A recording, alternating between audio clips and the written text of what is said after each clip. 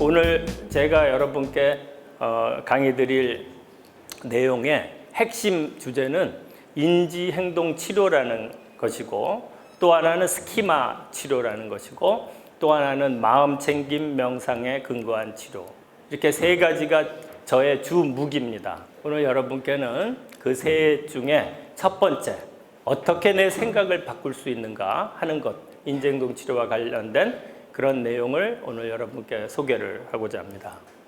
자, 자신들이 저런 상황에 처했다고 가정해 보십시오. 부사장님을 복도에서 마주쳤어요. 근데 이제 눈도 마주쳤으니까 인사하셨을 거 아닙니까? 근데 뭔지 분명히 눈 마주친 것 같은데 그냥 안 받고 확 지나가시는 거예요.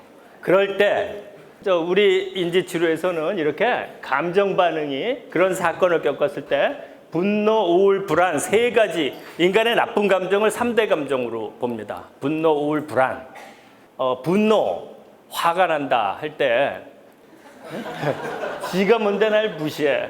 내가 그리 만만해 보여? 왜 이래? 나도 이렇게 호락호락한 사람은 아니야. 그러니까 대개 이 분노라는 감정은 내가 무시당했다는 해석을 하거나, 또는 기대가 무너졌거나, 또는 내가 부당한 일을 경험할 때 일어나는 감정 반응입니다. 경우에 따라서는 자기한테 화날 수도 있죠. 자신이 행한 어떤 실수, 이럴 땐 자기한테 화가 날 수도 있을 겁니다. 또 상당히 많은 분들이 불안해질 거다 그러셨어요. 나 찍혔나? 나 뭐 잘못했나? 이러다가 뭐 나한테 안 좋은 일 생기는 거 아니야? 이런 해서 불안해질 겁니다. 즉, 인간의 불안이란 감정은 어떤 위험이나 해로움을 예측할 때 일어나는 감정이에요. 다 우울하다고 한 분들도 계셨어요. 어떤 해석을 하면 우울해질까요?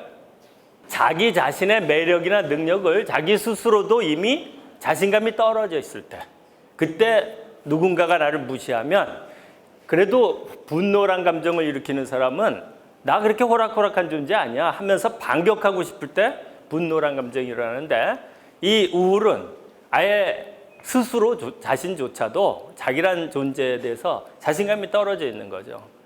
그런 때 어떤 누군가 무시하는 건 확인사살 당하는 것 같은 그런 경험이 될 겁니다. 저 사람 날 못 봤나? 눈이 나쁜가? 바쁜가? 딴 데 정신이 팔렸나? 수줍어하나? 나한테 뭐 잘못한 거 있나? 날 못 봤나? 뭐 이런 식으로 굉장히 많은 그 사건이 있을 때 굉장히 많은 우리 생각들이 스쳐갑니다. 그래서 그것에 따른 반응들이 달라지게 되는 거죠. 인간이 진화했다 그랬잖아요. 이렇게 하등동물로부터 진화해서 오늘날 영장류까지 왔는데, 그 진화해 온 역사 중에 뇌 모델을 보면 이렇게 됩니다. 이게 목 부분에서 이렇게 잘라갖고 이 뇌를 보여주는데, 요 목 부분에 있는 이 부분을 연수라고 부르는데요. 해부학적으로는 저 연수 부위가 적어도 진화적으로 보면 파충류 정도도 저 정도의 뇌 기능은 있다 하는 거죠.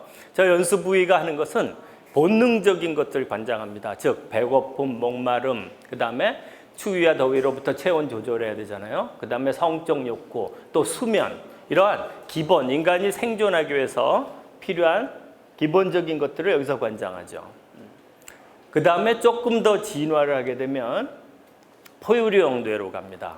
여기서부터 아까 말씀드린 대로 감정이 나와요. 여기에 변형계 편도체라는 게 해부학적 부위가 있게 되죠. 그 다음에 좀 더 진화를 하게 되면 인간의 뇌로 오면 여기는 이성이라는 게 이제 들어온 거죠. 이성이란 상황 전체적인 거 파악을 하고 들어오는 정보, 그 다음에 이전에 있었던 기억과 맞춰보고, 그래서 최종 어떤 결정을 내리고 그것을 실행에 옮기는 이런 굉장히 복잡하고 다양한 인지기능 전체를 다 이성이라고 얘기합니다. 자, 그런데 이 뇌의 발달 순서가 진화적으로 이렇게 진화했잖아요. 인간의 뇌가 요 순서로 진화를 하더라고요. 그건 즉 어떻게 되는 거냐면, 아기가 엄마, 아빠 정자난자 만나서 착상된 다음에 10개월 동안 엄마 자궁 속에서 아기가 크잖아요. 그때 뇌가 발달하는데, 이 뇌가 엄마 뱃속에서 나오는 앙하고 신생아로 나올 때 파충류형 뇌 완전히 완성돼 있어요. 포유류역 내 완성되어 있습니다. 그런데 이 되뇌 피질과 해마체 같은 이런 심피질역 뇌는 3분의 1 정도만 완성돼서 나와요. 그러니까 인간은 나온 다음에 꽤 오랜 기간 동안을 부모나 보호자의 양육 속에서 성장하는 시기가 필요한 거예요. 그래서 인간한테는 양육의 과정이 굉장히 중요한 겁니다. 제가 얘기 드렸던 감정을 담당하는 중뇌라고 하는데 포유류역 뇌라고 하죠. 저 부분 얘기가 굉장히 중요한 얘기가 됩니다. 그래서 저 부분의 얘기를 간단히 얘기 드릴게요. 이 편도체가 이분이 등산을 했는데 어느 날 뱀을 만나서 뱀한테 물리는 사건을 경험했어요. 그럴 때 그 물리면서 엄청나게 두렵고 고통스러웠겠죠. 아, 오늘 뭐 이러다 죽는 거 아닌가, 아니면 혹시 다리라도 절단하는 거 아닌가는 공포를 겪었을 텐데 다행히 이 사람이 걱정한 것 같은 그런 일이 일어나진 않았어요. 그런데 그때 경험했던 공포의 경험은 두 가지로 저장이 됩니다. 나눠져서. 하나는 감정적 기억과 하나는 사실적 기억으로 나눠서 분리 저장되는 거죠. 그러니까 사실적 기억이라는 건 육하 원칙에 따라서 언제 어디서 누가 무엇을 어떻게 하는 시기 아닙니까? 이 사람이 뱀에 물려서 막 고통스러웠던 그 날짜와 그 상황을 기억하는 건 되뇌 피질에 저장하게 됩니다. 그런데 그때 겪었던 그 공포의 경험 있잖아요. 끔찍한 경험은 분리돼서 편도체라는 곳에 저장되고 잠궈버려요. 왜 그럴까요? 왜 저런 일을 할까요? 어떤 한 가지 경험을 했는데 왜 그게 한 곳에 저장이 되지 않고 사실적 기억과 감정적 기억으로 분리 저장될까? 만약 이 사람이 이날 이후로 매일 저 뱀에 물린 고통을 매일 경험한다면 살 수 없을 거 아닙니까? 그러니까 나눠서 저장하는 거죠. 그러나 뱀에 물렸다는 사실은 잊지 않고 계속 가는 거죠. 이분이 그래서 한 2년 동안 등산을 안 했어요. 그러다가 어느 날 친구가 오더니 야, 너 똥배깨나 나왔구나. 등산 좀 하자 나랑. 그러는 거예요. 너 알잖아. 2년 전에 내가 뱀한테 물리고 나서 안 하는 거. 그랬더니 야, 등산하는 사람이 그렇게 많은데 네가 또 뱀에 물리면 세상 누가 등산을 하겠냐. 너 그때 너무 재수가 없어서 그랬던 거니까 다신 그런 일 안 생길 거야. 걱정하지 말자. 내가 옆에 같이 갈 테니까. 이 소리를 듣고 나니까 그럴듯해요. 그래 설마 또 물리겠어 하면서 이제 길을 나선 거죠. 그래서 친구하고 같이 가는데 예전에 뱀에 물렸던 거랑 이렇게 분위기가 비슷한 그런 곳에 이제 나타난 거예요. 그리고 저쪽에 보니까 뭔가 꽈리 틀고 있는 것 같은 게 탁 보이는데 그 순간 어떤 반응을 할까요, 이 사람은? 보면서 화들짝 우리가 놀란다고 하잖아요. 그때 어떤 일이 벌어지냐면 요 편도체 안에 2년 전에 숨겨놨던, 눌러놨던 그 경험이 없어진 게 아니고 눌려만 있는 거예요. 눌려 있다가 유사 환경 자극을 만나면 요 초록색 명령을 딱 내리는 거예요. 저게 전투 명령이에요. 너 지금 위험하니까 빨리 준비해. 싸우거나 도망칠 준비해. 하는 명령을 주는 거죠. 그렇게 되면 이게 뭡니까? 화들짝 놀고 심장은 지금 막 뛰고 호흡이 가빠지고 몸은 주먹이 움켜쥐고 이 상태가 뭡니까? 이게 여차하면 싸우거나 도망칠 준비를 갖추게 하는 거죠. 본인은 화들짝 놀랐다고 표현하지만 사실은 내 몸 안에 저 교감신경계라는 건 나를 위험으로부터 살리기 위해서 전투 명령을 내려갖고 준비시키는 일이 벌어지는 거죠. 그럴 때 여기 편도체에서 그 작업만 반사적으로 하는 게 아니라 되뇌 쪽으로 명령을 하나 또 보냅니다. 야, 저게 뭔지 빨리 확인해서 나한테 좀 답 좀 알려다오. 그러면 이 되뇌는 이전의 기억과 지금 보이는 요거를 서로 비교 대조합니다. 그래서 뱀이 맞다 그러면 어떻게 하죠? 이제 수랭랑 쳐야죠. 근데 야, 뱀 아니고 저거 칡농풀 뭉쳐진 거야. 그러면 이제 전투 모드를 이제 내려놓는 거죠.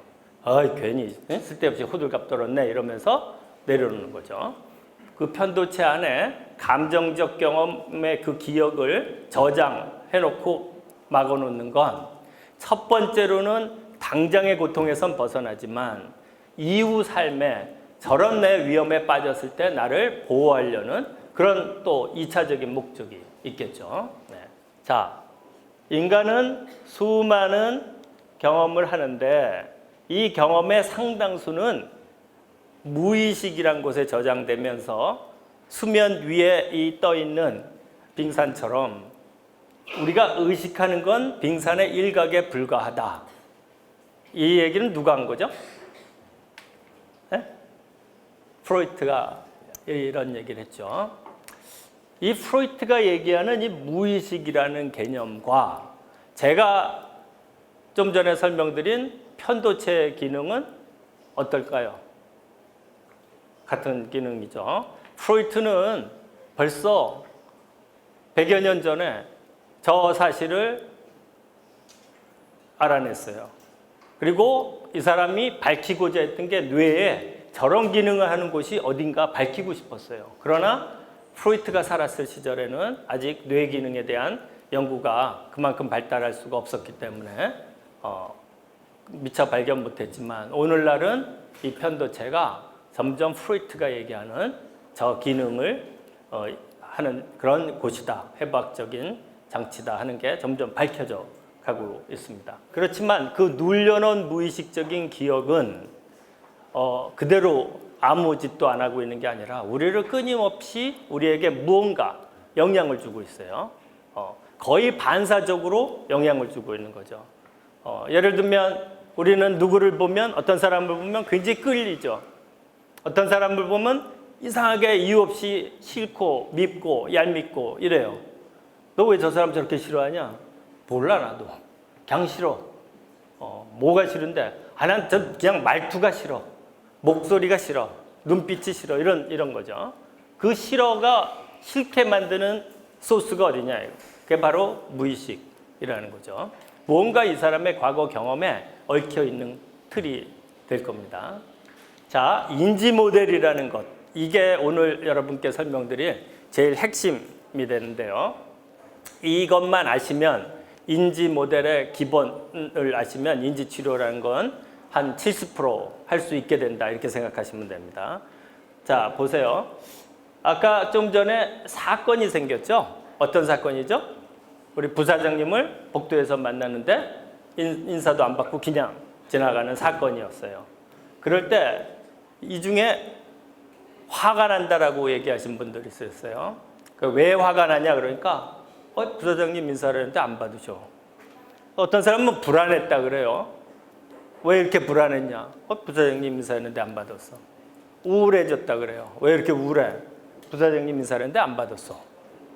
그렇다면 이상한 일 아닙니까? 사건은 같은데 인사 안 받은 사건은 똑같은데 왜 어떤 사람은 우울해지고 어떤 사람은 화가 나고 어떤 사람은 불안해지고 이러냔 말이죠. 그러니까 내가 불안한 이유, 내가 화난 이유는 인사를 안 받은 것 때문입니까? 아니면 다른 것 때문입니까?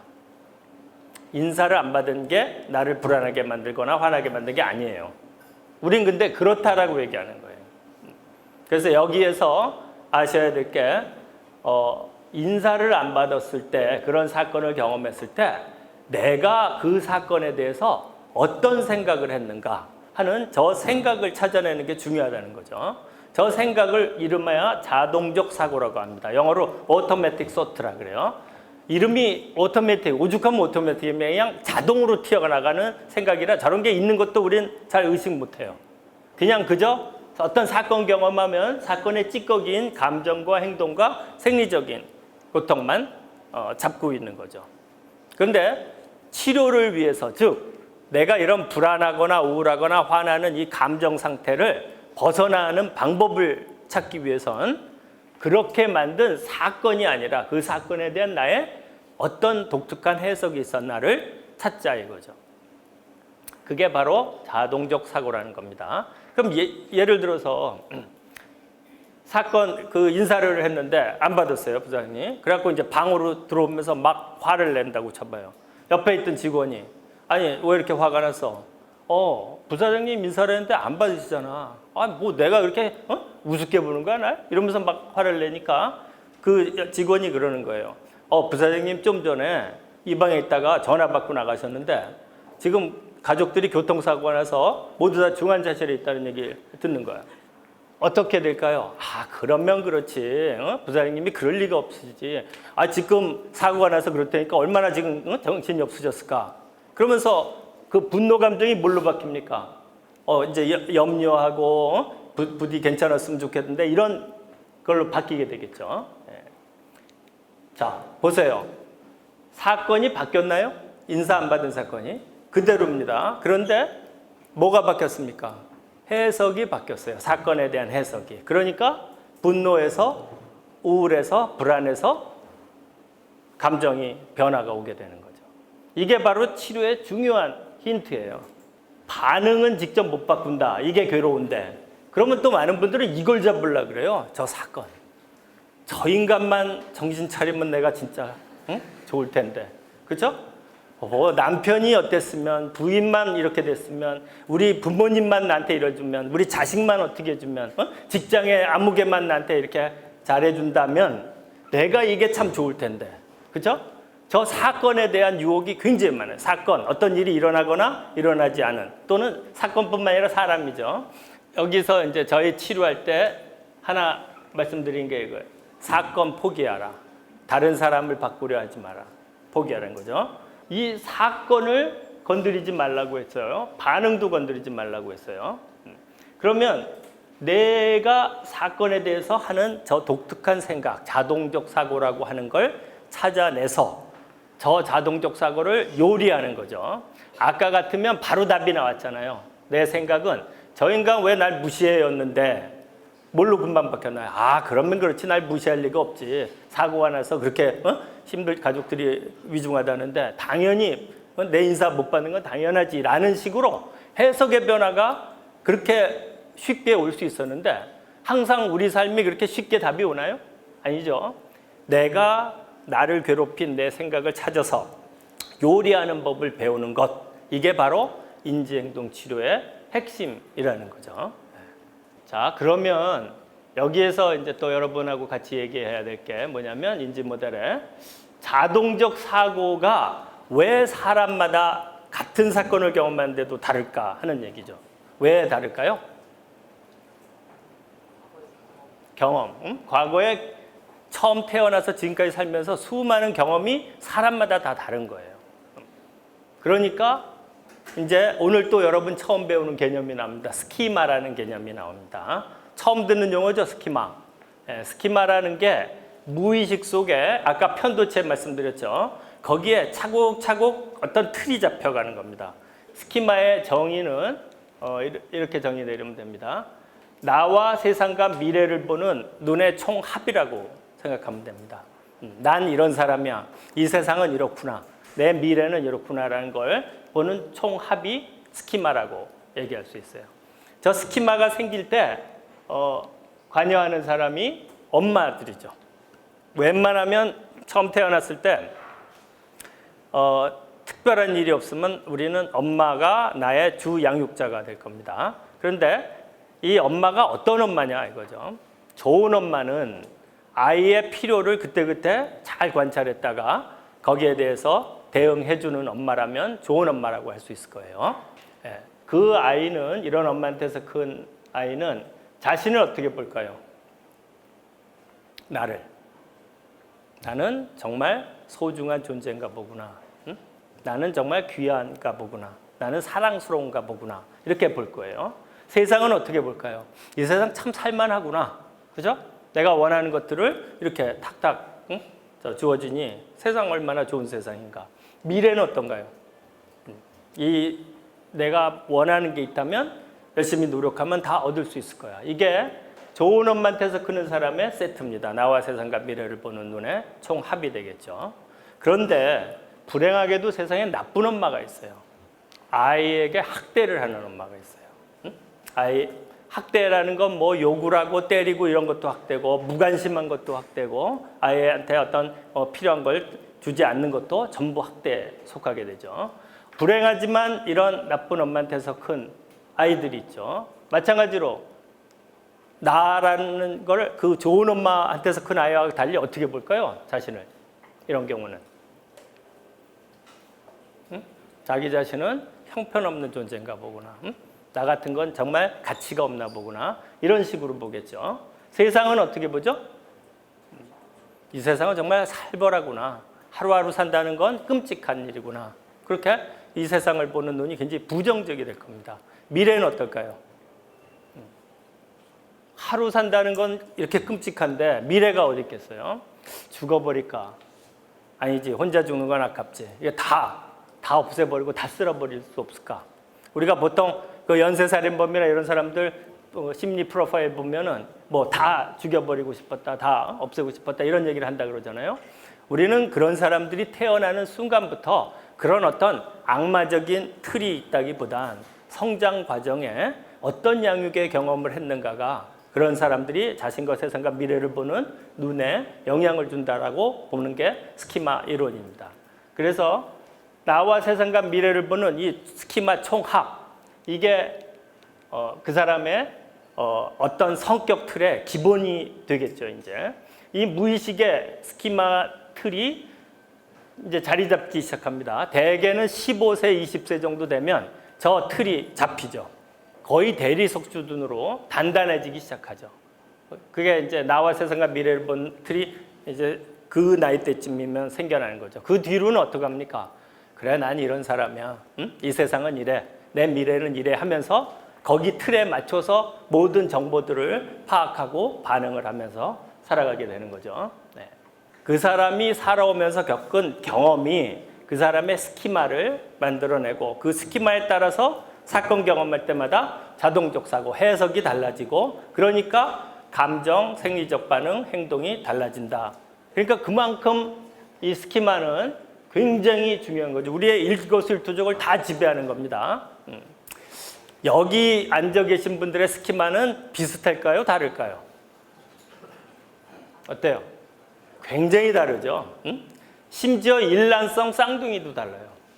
일란성 쌍둥이면 유전자 코드가 다 똑같은데 같은 부모한테서 같은 환경에서 컸는데도 달라요. 왜 그런가 보면 서로 둘이 또 상호 비교를 하기 때문이에요. 뭐 엄마는 형만 더 좋아해, 뭐 동생만 더 잘해줘 이런 식으로 둘이 비교하기 때문에 저런 틀이 생겨나는 거죠. 스키마의 차이가 생겨나는 거죠. 살인이나 도적질이나 거짓말이나 뭐 간음이나 이런 것을 하지 말라. 이건 이 지구인들 전체에 내려오는 스키마겠죠. 그런 스키마들 아니면 전부 퍼스널, 개인적 스키마예요. 굉장히 다양하죠. 이 스키마가 오늘날 여러분들이 이 직장에 앉아서 일을 하게끔 결정지은 거예요.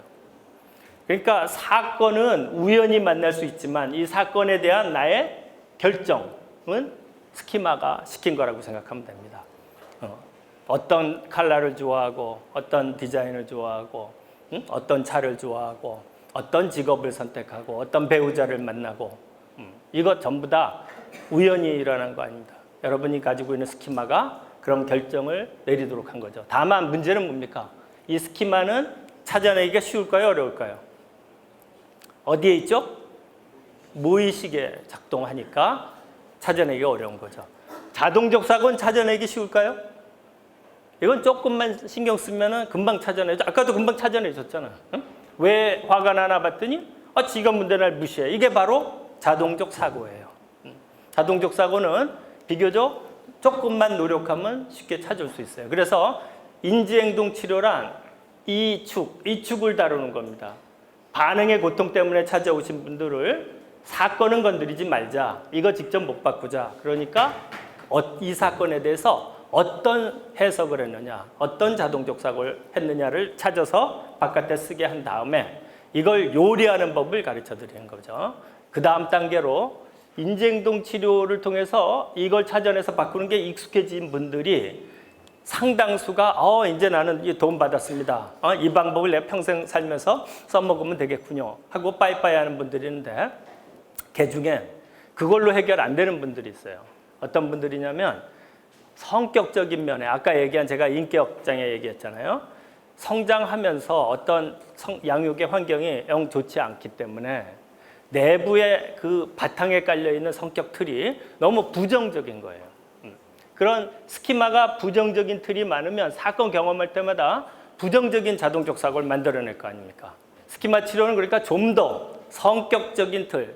그런데 아까 제가 뭐라 그랬죠? 이 안에 앉아 계신 분들의 스키마는 다 독특하다 그랬죠. 그러니까 스키마는 좋다 나쁘다의 개념이 아니고 있다 없다의 개념이 아니고 얼마나 나의 스키마가 나의 삶에 영향을 주는가 덜한가 이 차이일 뿐이죠. 이 스키마를 들여다볼 수 있고 그걸 바꿀 수 있는 방법을 배우게 되면 전체 54가지 행동 패턴 유형을 보게 돼요.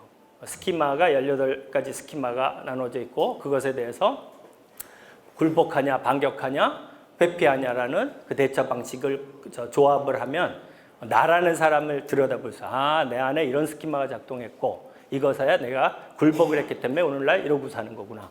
반격을 했기 때문에 이러고 사는구나 하는 그 틀을 이해하게 되죠. 그래서 그걸 변화시킬 수 있는 방법을 배우게 되는 게 두 번째 스키마의 초점 치료입니다. 그럼 마지막 세 번째는 뭐냐? 스키마나 자동적 사고나 이 둘 다 결국엔 나지요, 나. 나 안에 작동하는 내 생각이죠. 그러니까 바꿀 수 있는 거는 나하고 내 생각밖에 없는 거죠.